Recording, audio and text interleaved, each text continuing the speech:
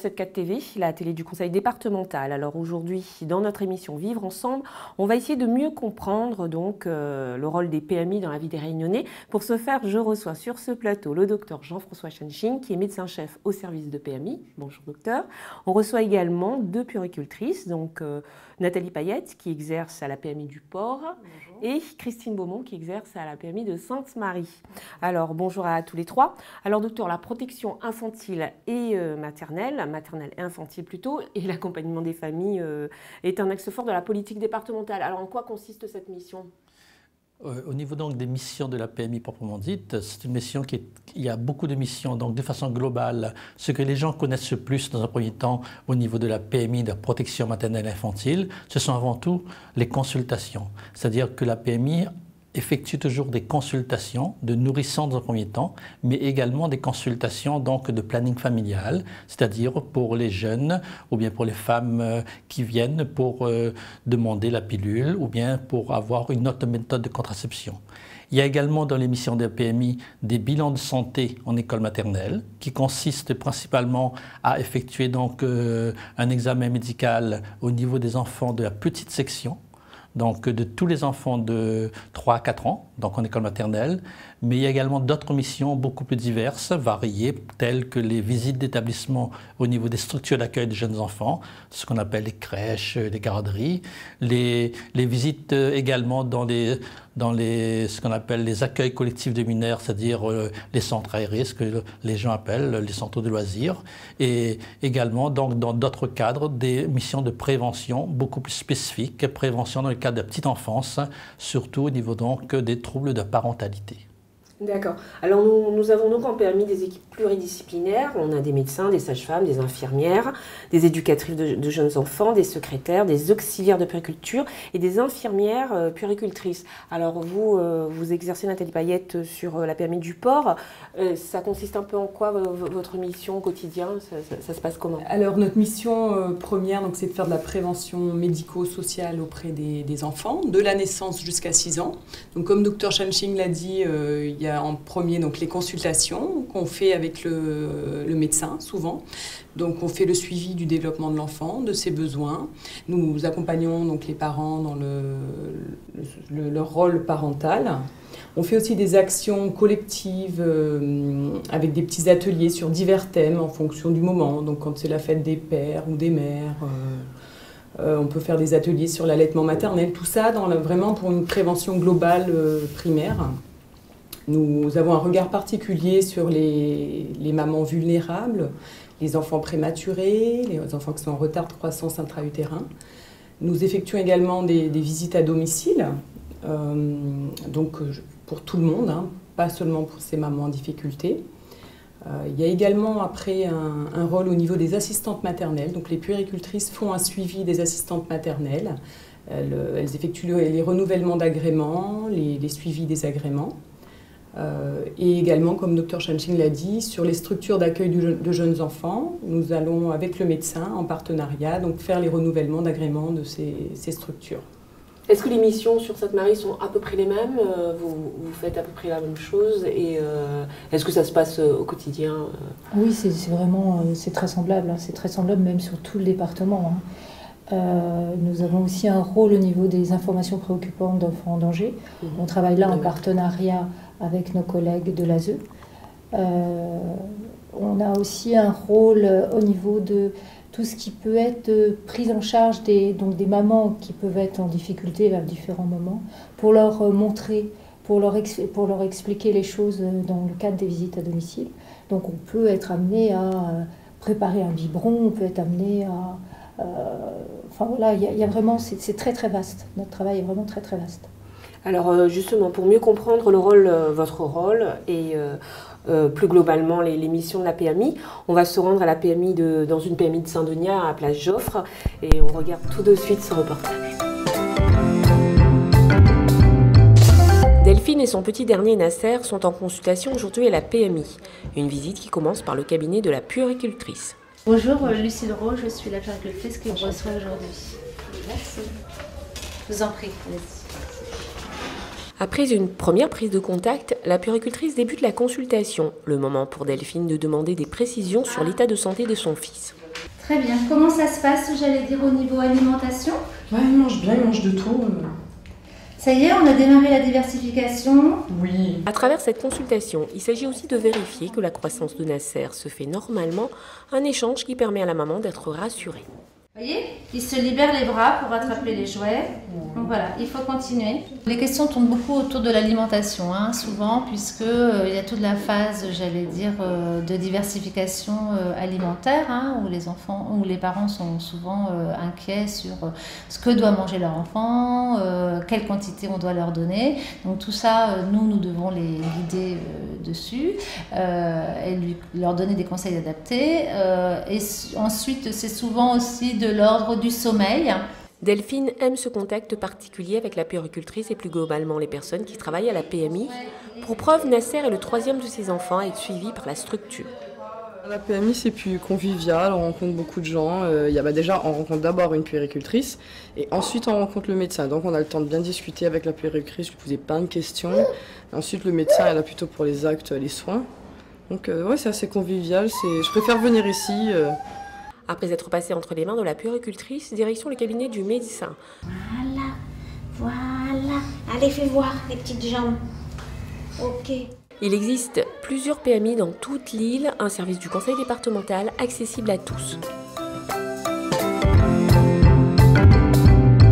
Alors on revient et on voit dans ce reportage donc effectivement qu'il y a un suivi des enfants, des bébés et des mamans, mais aussi une prise en charge des enfants. Et pour revenir sur un point, il y a aussi une prise en charge des enfants, on dira différents, qui sont porteurs de handicap, en situation de handicap. Tu veux répondre? Vas-y. Oui, les enfants avec particularité, comme peuvent l'être des enfants porteurs d'un handicap, d'une maladie ou d'une prématurité, font partie des enfants que nous suivons plus particulièrement, jusqu'à au moins 6 ans. Donc bien souvent, on repasse les dossiers à l'infirmière qui, elle, va les suivre dans le cadre des bilans de santé, puisqu'elle va les revoir, ces enfants-là, à ce moment-là. Et quand il n'y a pas d'infirmière, c'est les puéricultrices qui sont amenées à faire ces bilans de santé. D'accord. Justement, alors en ce qui concerne ce suivi, il y a bien sûr comme base de travail le carnet de santé. C'est également la PMI qui le remet à la maman. Et ce dès la naissance de l'enfant, puisque vous vous rendez directement en maternité. Oui, voilà, c'est bien ça. On se rend en maternité en général une fois par semaine où on présente les missions de la PMI à chaque maman. Et le carnet de santé, il est délivré par la maternité, mais c'est le conseil général qui le met à disposition. Et c'est donc les maternités au moment des naissances qui le distribuent. Et nous, les puéricultrices, c'est une première approche. On présente les missions et on voit les mamans et qu'on va pouvoir revoir par la suite en consultation ou en visite à domicile. En général, ils viennent parce que ces mamans qui viennent en PMI, ça leur enlève un coût financier, puisque si on se fait suivre effectivement, on fait suivre son enfant par un pédiatre ou on se fait suivre par un gynécologue, je suppose que ça a un coût et ça évite, la PMI évite Je voudrais répondre là-dessus, c'est-à-dire qu'il faut dire que le service de PMI, c'est un service qui est accessible à tous, c'est-à-dire pas comme certains peuvent le dire, seulement à des familles défavorisées. On accueille tout type de public, donc on a un service public, mais bien sûr, il y a une orientation particulière en faveur des familles qui en ont le plus besoin.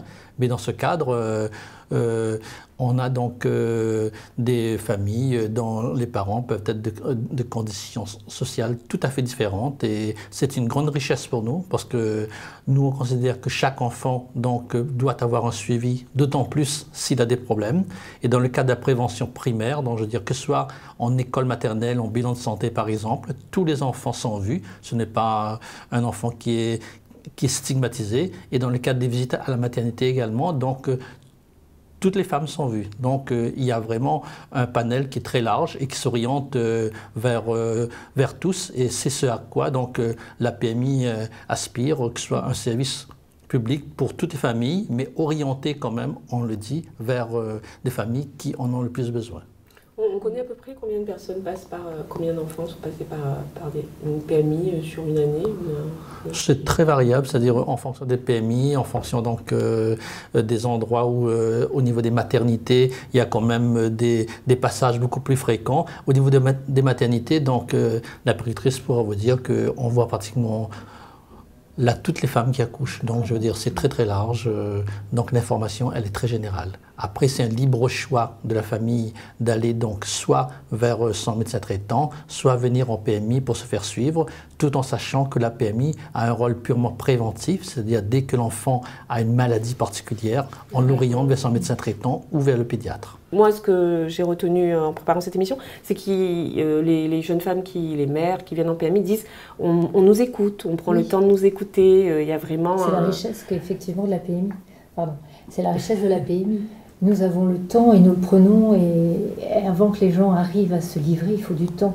Donc c'est vraiment un respect de l'autre du début à la fin. C'est-à-dire qu'il y a d'abord l'accueil. La secrétaire fait un travail extrêmement important puisqu'elle accueille les gens. Après, ils passent pour les consultations, ils passent voir l'infirmière puéricultrice. Et là aussi, on retravaille l'accueil, la réponse à leurs questions, etc. Et après, ils passent voir le médecin. Et donc, tout ce cheminement-là, il se fait dans le respect de l'individu. C'est indispensable. Et c'est ça aussi notre richesse. Mais c'est vrai que quand on n'a pas l'habitude de l'extérieur, on se dit toujours, mais on vient en consultation, les gens prennent un temps infini, ça veut dire quoi? Mais les familles qui viennent, les mères qui viennent, ben, je sais qu'elles y trouvent leur compte parce qu'elles reviennent, parce qu'elles ont besoin donc d'être écoutées, elles ont besoin de conseils, parce que quand on a un petit bout de chou qui vient d'arriver, que parfois on se dit, mais voilà, on est très perdu et on se pose tout type de questions. Et on a des familles qui viennent en PMI, qui viennent avec leur petite liste là. J'ai noté ça parce que j'ai peur d'oublier, je veux dire. Mais vraiment des petites choses qui peuvent paraître bêtes, mais qu'en pratique, on a vraiment besoin de savoir parce qu'on est vraiment démunis. C'est indispensable que toute question ait une réponse. C'est vraiment indispensable. Parce qu'une maman angoissée, ça passe pas, quoi. Après, l'enfant n'est pas bien. Elle transmet son angoisse. Est-ce que la PMI a vocation à être dans les coins les plus reculés de la Réunion? C'est ça aussi par définition, donc on doit intervenir partout, c'est-à-dire même si la PMI n'a pas des points de consultation donc, dans tous les écarts, ce qui est tout à fait normal, mais justement, on a nos infirmières puéricultrices ainsi que nos auxiliaires de puériculture qui interviennent vraiment dans les coins les plus éloignés de la Réunion parce qu'on considère que chaque famille doit pouvoir bénéficier des conseils de la PMI et quand elles ont fait la demande, les puéricultrices se déplacent, donc on ne regarde pas si c'est à l'autre bout, si la visite va durer toute l'après-midi, je veux dire, voilà. Voilà. Je vais finir avec vous. Alors vous êtes, c'est un choix d'avoir, d'exercer, de travailler en PMI? Oui, tout à fait. Je pense qu'il faut vraiment le vouloir. C'est un travail de prévention. Moi, personnellement, j'avais travaillé longtemps à l'hôpital, donc on est plutôt dans le curatif. Et donc là, c'est vraiment faire de la prévention pour que tout aille le mieux possible. Et je suis très contente de travailler en PMI. Moi, pareil. Non, c'est vraiment un choix. C'est vraiment un choix. Qu'est-ce que ça a de particulier alors? L'échange avec la population, c'est génial. Ça vous requinque toute une journée. Non mais c'est vrai, les gens vous donnent énormément. Et puis on est chez eux, hein. Quand on les voit à l'hôpital ou ailleurs, là c'est vraiment chez eux et on arrive à gagner leur confiance en faisant les visites, en les voyant régulièrement. Ils viennent à la PMI également, donc c'est vraiment rentrer un petit peu dans l'intimité des gens et on a gagné leur confiance. Hein. C'est comme ça que on fait du soutien à la parentalité. Hein. Pour être plus précis et avoir toutes les infos utiles concernant l'accès au PMI de la Réunion, donc on écoute tout de suite le docteur Hein Khan qui va nous préciser tout. Il suffit qu'elle prenne son carnet de santé et à la dernière page, il y a les coordonnées des PMI de son secteur, avec l'adresse et le téléphone. Mais nous avons aussi les puéricultrices et les auxiliaires de puériculture qui vont en maternité rencontrer les mamans au moment de l'accouchement et qui leur parlent des missions de la PMI et leur remettent également un flyer avec les coordonnées des PMI de secteur. Alors juste pour information, il y a des horaires de réception, des horaires de consultation, est-ce qu'on peut les rappeler? Alors c'est de 8h à 16h tous les jours et puis jusqu'à 15h le vendredi, puisque ce sont les mêmes horaires que le conseil général. Retrouver toutes les PMI, il faut se rendre sur le site du Conseil général. Dans le carnet de maternité, on a également tous les contacts et toutes les adresses. Merci à vous trois et on se retrouve très bientôt sur 974 TV pour une nouvelle émission de Vivre Ensemble. Au revoir. Au revoir.